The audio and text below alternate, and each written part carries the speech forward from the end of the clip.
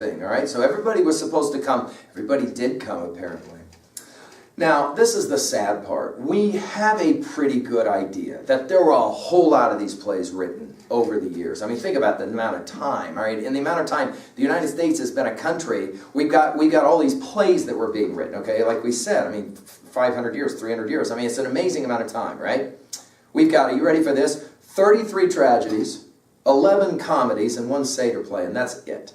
That is all that we have left of all those texts. Those amazing texts had to have been amazing. I mean, given just the 9 we're going to study here, I'm hoping you're going to want to go and find the rest of these and kind of run them down and study them on your own. And I've given lectures on a few of the others that are not in the Harvard Classics as well.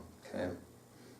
Now, let's talk about where these performances happen. It's quite an interesting project as well. I mean, I've always said that if you could save up enough money, get yourself a trip to Athens, it pays off. And if you go to Athens, you will inevitably find yourself at the Acropolis there, and you're going to obviously look at the Parthenon and a few other cool things. But one of the things you're going to see is that huge theater of Dionysius in Athens.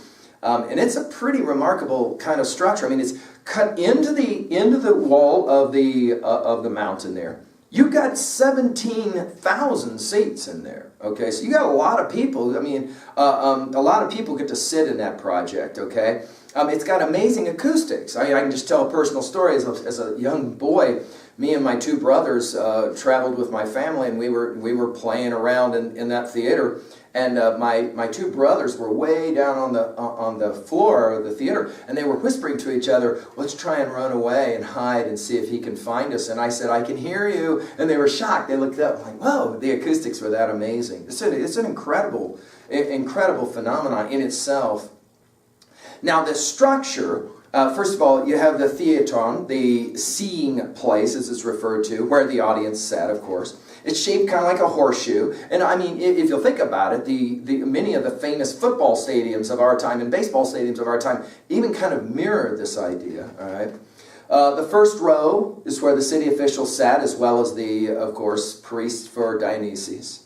Next behind them, you had the male citizens, and the Ephebi, which were these 18-year-old boys that were being trained in military service. They were kind of given special prominence. And then in the final 2 sections, you had the women and you had the slaves. So everybody, it's a fascinating thing to think about, that in Greek culture, only in a very, very few times would you get this many people and this strata of different kinds of people all collected in one place. So you can see how these plays are going to play a powerful role in speaking to the needs, desires, wants of all of those different kinds of people. All right. The orchestra was down below. It's the dancing place for the chorus, right? And it's kind of dirt first and then later stone. And in the center, you have the famili, which is the altar to Dionysius, and then it also served as a good kind of prop for stage prop or whatever. At the open end of the orchestra, you have the skinini, which is the scene building. You got a dressing room there. You got the facade, which usually resembles some kind of palace or temple. You got 3 doors, which are going to serve as entrances and exits during the play. The proscenium is the area down in front of the skinini, and this is where the action took place. All right. Costumes were important. For example, the wearing of masks was huge. They had these masks, and then they had a little megaphone in behind, which kind of projected the voice. And in fact, in the Latin, the whole word personae, actually, and our word for person, comes from this idea of the mask speaking, right? Okay, you put the mask on. Colors mattered. For example, if you were in mourning, you wore green. If you were royalty, you wore white and purple. The actors, are you ready for this? They were actually referred to as hypocrites. Makes sense if you think about our word hypocrites, right? You do one thing, you actually mean something else, whatever. They were given high honors, right? For example, if you were an actor, you were not required to do the military service that everybody else had to do, right? Now, the chorus is in many ways, and it's funny today, because often when we read these plays, students will often say, "Man, the chorus is like so painfully boring." No, the chorus is like really important, okay? It's in many ways, it's kind of the key to understanding the value of these dramas, okay?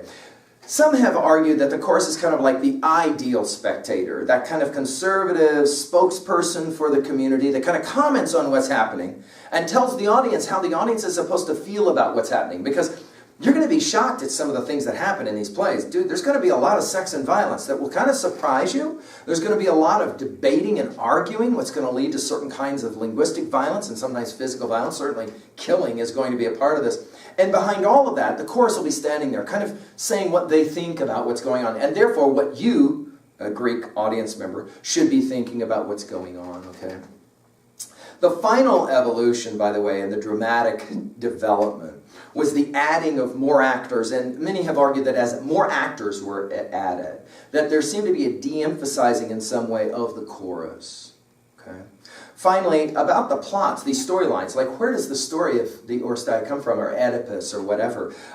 These are not made up plot lines. It's not like today where you go to a movie and you go, gee, I wonder what's going to happen next. No, these are like really, really old stories. In fact, most of the people sitting there, they knew these stories. They knew them in and out. They knew them well. And so the playwright was accorded a certain kind of respect for what he could do in terms of using a storyline that everybody already knows. I mean, think about this. If you know how the story's going to end, there's not a lot of suspense.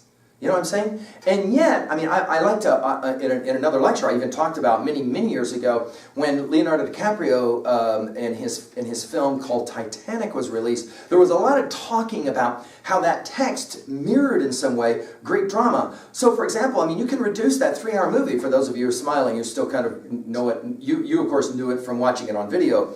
The old-timers knew it because we actually went to the theater and watched it, but it was 3 hours, and I mean, come on, it's a movie about a boat that sinks. Everybody knows the boat's going to sink, you know what I'm saying? And yet, somehow, within that idea, you have all this kind of powerful drama that happens, okay? And very similar here. Now, these plots focus, and we're going to spend a lot of time talking about this, which is why I'm having you put it in your notes now. These plots focused on two primary elements, of course, of what it means to be human. The psychological, that is to say, the individual actions and motivations, and then the sociological, the group, right? The ripple effect. In other words, what I do is not just my own business. What I do has effects to, for example, you and everybody else, right? And to that degree, we're going to say this later in a bit, but these are texts that are really kind of a propedeutic. We've used that term before. And they're instructional. They're didactic. You're supposed to learn something. You know, we're going to ask maybe a little bit about what that's about. Now, think about this for a moment. We mentioned this in 2 lectures ago when we were talking about St. Augustine's Confessions. The greatest church father in Confessions writes that there were 2 really important things in his early life before he converted to Christianity in his 30s, right, that really influenced much of his life. One, in his early school years, was learning how to read, especially a text like Virgil's Aeneid, the epics, in other words, okay? 2, he tells us that he loved going to plays, that he enjoyed very much the experience of sitting in the theater, and that he was powerfully moved. And in fact, he tells us that, you know, he was moved even to tears sometimes by the events that were happening. Of course, this is a fascinating idea to think about the relationship between St. Augustine, who loves the plays, and then later in his life becomes that great church father. And of course, if you'll think about it, when you go to a church ceremony, right, a worship service, there is, of course, an interesting amount of drama, what some scholars have called the smells and bells, for example, of the Catholic liturgy, which is kind of an interesting way to think about the drama of a Catholic Mass for St. Augustine, for example. Now, the structure of these plays, let's talk about that really quickly. These are 5 elements that you need to know. Almost all the plays that we'll study have some of this, if not all of this, okay? And we'll certainly want to look for it at level 2B, right? First, you got the prologue. The opening scene, background of the story. Usually it's a single actor. Sometimes it can be a dialogue. For example, when we open Sophocles' Antigone, it'll be Antigone and her sister Ismene, and they'll be talking, okay? And what he does is it kind of sets the background, okay? Secondly, you have the parodos. This is the entrance of the chorus. It's huge. The parodos will introduce the chorus. They usually come in chanting some kind of lyric poem, okay? And you're going to hear the main theme of the play, okay? And that's significant as you begin the play. All right, what is this play really going to be about? Now, again, the action of the play, everybody sitting in the house pretty much knows. Now, that's fascinating today because, for example, when we study a play like Agamemnon, if you don't know, the storyline of Agamemnon's homecoming, well, then, this is going to be brand new to you, and we'll get into it the next lecture.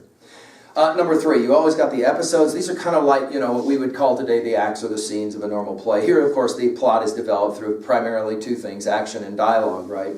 And the chorus, of course, will play a minor role here, and there will be some involvement there. All right, number 3. Number 4, the Stacymon. The Stacymon is the choral ode. Now, this is the one that often gives students of mine, they're like, seriously, these go on forever, and I mean, what's the point? But these are like really important. They're at the end of each of the episodes. And you could argue, and many scholars have, that a tragedy is kind of like a measured alteration, right? The alternation between these two, the episodes and then the Stacymon. And these together, taken collectively, provide us with the heart of the poem, the play. In many ways, what's happening in the Stacymon is that the choral odes are telling us why what's just happened is really important, and how we as an audience are supposed to feel about that. Okay. Finally, the Exodus will be the end, the final action after the very final of the Stacymon. And it will end usually with some kind of ceremonial exit of all the players, right? Now, while I'm going to talk a little bit later when we study Sophocles and Oedipus and Antigone about Aristotle, let's go ahead and mention it here. Anytime you pick up a text on Greek drama, you inevitably find yourself being introduced to the greatest philosopher, Aristotle, and his poetics. Now, I've given lectures on poetics several other places on learnstrong.net. You can go and find those in more detail. And again, I'm going to talk more at length about it when I get to Sophocles, because Oedipus Rex is the play that Aristotle is convinced is the greatest play of all time. But let's just review really quickly the elements of what makes a great tragedy for Aristotle. 1, it all begins with the protagonist, the character with whom the audience most identifies with, okay? And why does the audience identify with this character? Because this character goes through a fall, the hamartia. Usually it's because of some kind of hubristic pride, okay? In other words, this pride that stands for Aristotle behind why all these people fall. So, this is going to be one of those kind of questions we'll ask. Is it true, for example, in the Agamemnon, for example, or the libation bearers, that you have this, kind of protagonist who evinces a certain kind of pride? And who is the actor with the character with whom the audience most identifies with? This, by the way, becomes extremely problematic when you are reading these plays today as opposed to being somebody in the Greek culture many years ago. It will not surprise us to say that some of the characters who in these plays are supposed to be the protagonist, the audience is supposed to identify with, we don't necessarily like them as much today. For example, we look at the play Antigone, we're far more easily able to identify with Antigone in that play than with the actual protagonist Creon, as it's understood, of course, by the Greeks. We'll get to it later. Now, the key, and this is the point for your notes, this is kind of like to put it in neon signs, because Aristotle was onto something. There are a lot of people today who have real problems with Aristotle's poetics, and I think they miss a monumental point, and it's this. Aristotle was in a very subtle way trying to answer the question, what's the difference between you and your dog? So we've asked the question before, both you and your dog can look at the sunset, only one of you can appreciate it. That appreciation, that notion of aesthetics, is central to understanding what Aristotle is actually saying. What makes humans somehow different from any other species on this planet? We can somehow identify with the protagonist's fall through the release of these powerful 2 emotions of fear and pity. Of course, fear, man, I hope that never happens to me, what's happening to the protagonist. Pity, some sense of sympathy, pathos, that I really feel badly that it's happening to that person. Or as one of my 9th graders once said, I'm glad it happened to him and not to me, which is a more cynical understanding. The key here is this, catharsis or purgation. As the audience watches the protagonist go through his fall, okay, there's a certain kind of sense of release of emotions. Back to St. Augustine's observances and confessions, that when he went to these plays, sometimes he cried. Aristotle said that's really important. The feeling of fear and pity, the powerful feelings of emotion are important to what it means to be human for Aristotle. And I think that's the point often missed as students pick up poetics today and read it. So that leads us to ask, in conclusion now in this lecture, so why plays? I mean, think about this.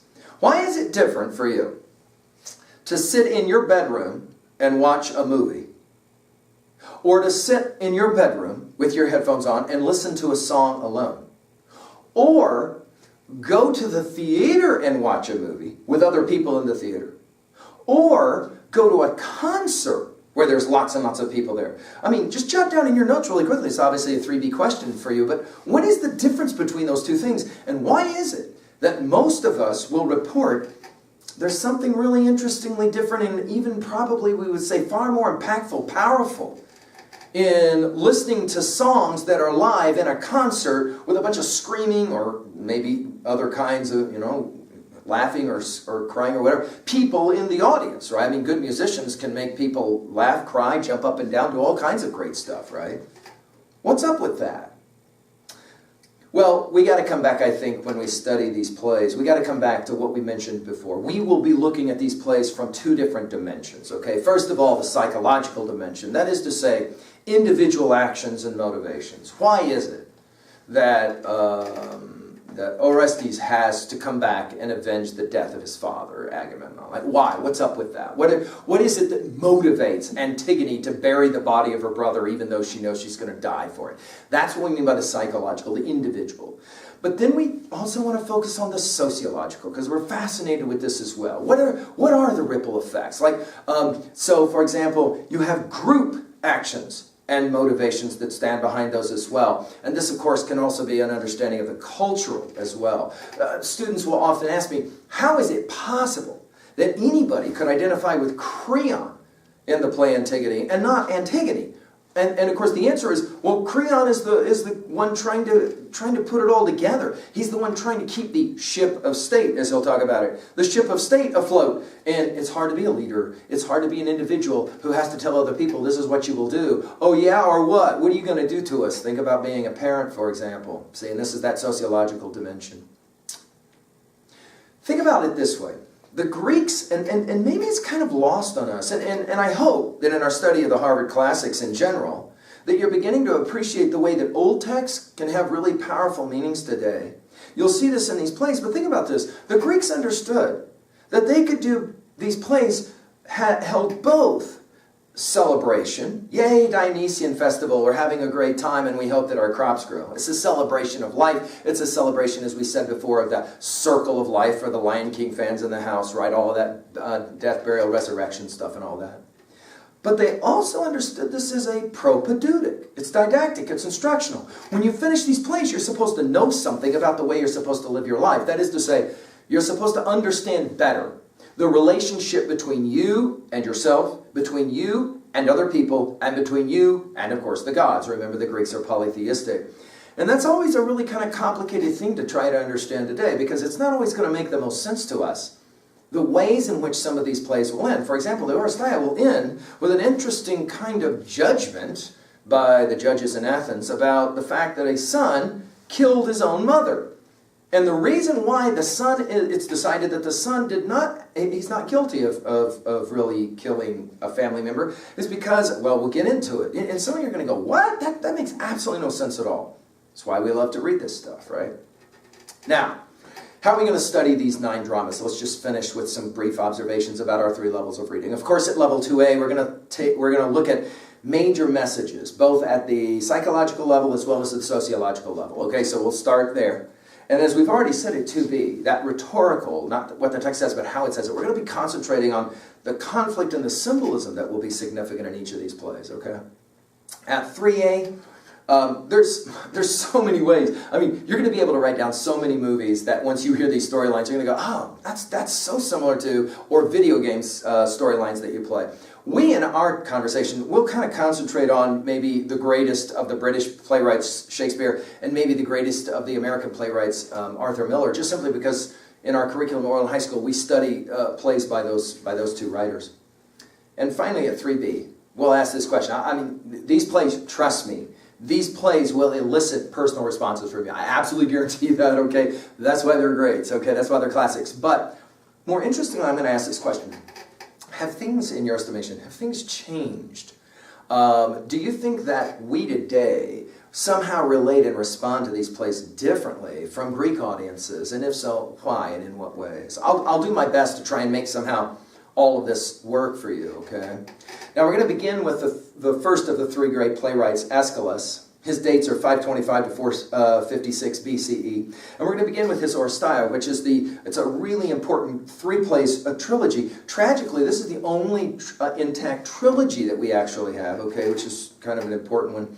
And the first of those plays is the Agamemnon, and we'll begin with some background information just so you know the overall story, and then we'll get right into it, lecture number 60. I would recommend, as I always do, that you try and read these texts on your own before you come to my lecture. So for example, pick up the Agamemnon, you can find a copy of it online to read, and then read it, and then come to my lecture so that you've already kind of got your own annotative work that you've started, and then let me maybe help you make observations. Well, let's now turn to 9 Greek dramas. I'm excited, I hope that you are, and I hope that I can instill in you an interest in studying all of the Greek dramas that we have available, and I hope that the study of these Greek dramas will then in turn kind of excite you to maybe come to your Shakespeare study, for example, or your Arthur Miller study with a new reference, we might say. Well, thank you, and I welcome you to a study of Greek drama. Thank you.